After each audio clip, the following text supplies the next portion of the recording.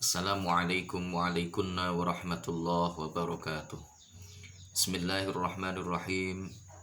Alhamdulillahilladzi huwal ahad al-wahidus samadu yahdi lirrasyad bi khairi khalqika syafi'il umami ya rabbana salli alaihi sallimi wal ali gharibna bi bahril wahdati fi kulli halin da'iman wa sa'ati ya ayyuhal ghawthu salamullah alaika rabbini biiznillah wanzur ilayya sayyidi binadrah musilatin lil hadratil aliyah amma ba'du. Sahabatku kaum muslimin yang dirahmati Allah, Rasulullah Shallallahu Alaihi Wasallam dalam sebuah hadis mensabdakan, ala inna fil jasadi lamudghah in saluhat saluhal jasadu kulluh wa in fasadat fasadal jasadu kulluh ala wahiyal qalb. Artinya, ingatlah bahwa sesungguhnya di dalam jasad ini ada segumpal darah. Jikalau segumpal darah ini baik, maka baiklah seluruh jasad. Dan apabila segumpal darah ini jelek, maka jeleklah seluruh jasad. Ala wahiyal qalb, ingat, segumpal darah itu adalah hati. Kaum muslimin yang dirahmati Allah, melalui hadis ini Rasulullah Shallallahu Alaihi Wasallam mengingatkan kepada kita semua umat Islam, terlebih orang-orang yang beriman kepada Allah Subhanahu Wa Taala wa Rasulihi Shallallahu Alaihi Wasallam, bahwa hati merupakan pusat gerak dari seluruh anggota tubuh kita. Benar, manusia diciptakan oleh Allah memiliki potensi akal, yang dengan akal itu dia mampu untuk membedakan mana yang baik dan mana yang buruk. Dia mampu untuk mengetahui mana yang bermanfaat untuk dirinya dan mana yang madarat untuk dirinya, mana yang bisa berdampak positif bagi lingkungannya dan mana yang berdampak negatif bagi lingkungannya, mana yang bisa membawa manfaat untuk kebanyakan orang dan mana yang bisa menimbulkan dampak madarat bagi seluruh orang. Tetapi rupanya meskipun akal itu dipenuhi dengan berbagai macam informasi, akal dipenuhi dengan ilmu pengetahuan, akal mampu untuk membedakan mana yang baik dan mana yang buruk, mana yang diperintah dan mana yang dilarang, mana yang berimbas pada kerusakan lingkungan dan mana yang berimbas kepada kebaikan lingkungan. Namun nyatanya penentu dari apa yang dilakukan oleh manusia itu bukanlah akalnya. Sebagai contoh dan bukti, kita sudah banyak menyaksikan apa yang terjadi di lingkungan kita, apa yang terjadi di sekitar kita.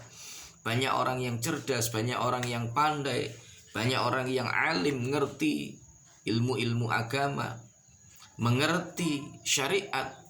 Namun nyatanya perilakunya masih jauh dari apa yang dituntut oleh syariat itu. Tahu bahwa membuang sampah di sungai itu bisa menyebabkan banjir saat musim hujan datang. Tetapi toh nyatanya masih banyak orang yang membuang sampah di sungai dengan dalih cuma sedikit aja. Lama-lama ketika terkumpul menjadi satu orang bilang sedikit, satunya juga sedikit, satunya sedikit lagi, berkumpul jadi satu, maka jadilah itu banyak.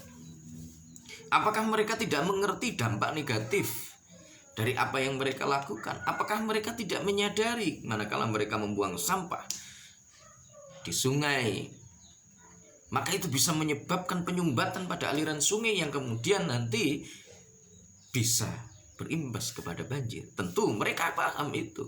Tetapi kenapa mereka tetap melakukan itu semua?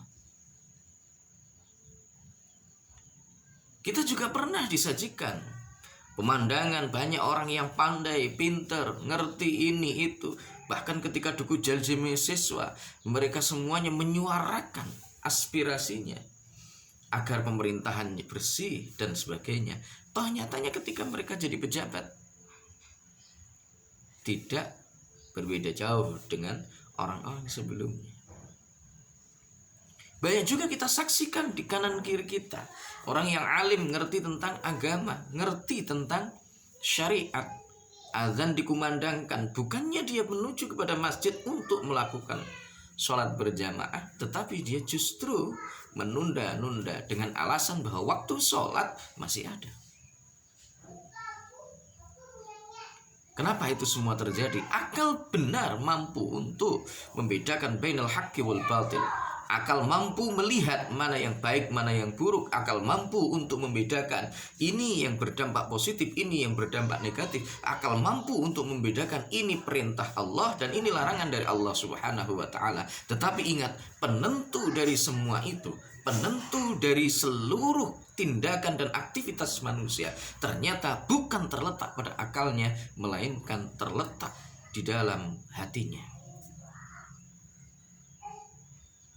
Karena itulah Rasulullah SAW melalui hadis tersebut, beliau mengingatkan kepada kita semua umat muslim, terlebih yang beriman, percaya terhadap Allah, percaya terhadap apa yang disabdakan oleh Rasulullah SAW,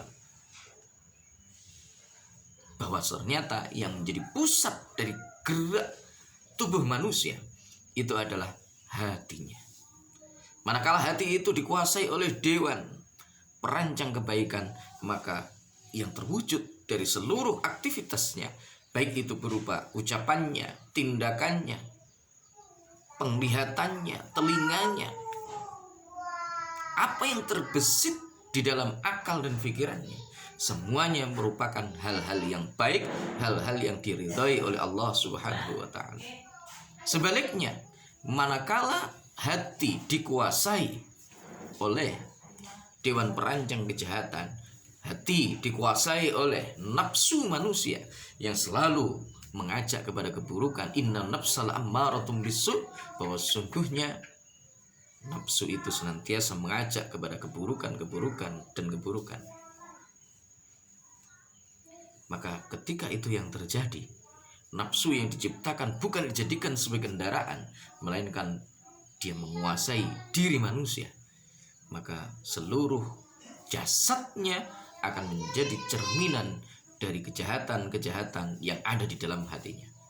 Semoga Allah Subhanahu wa ta'ala memberikan kemampuan kepada kita untuk mengelola hati, menyelamatkan hati kita dari berbagai macam penyakit-penyakit hati, sehingga hati kita ini dijadikan hati yang baik, hati yang murni, sehingga dengan kebaikan hati yang ada di dalam diri kita, maka kita menjadi khalifatullah fil ardh secara sempurna.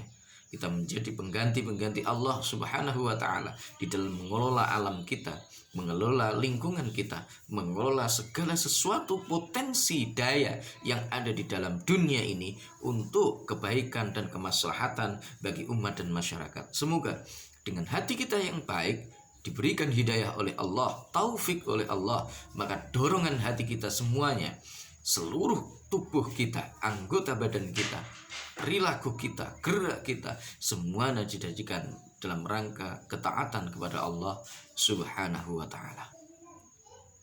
Semoga bermanfaat. Mohon maaf atas segala kekurangan.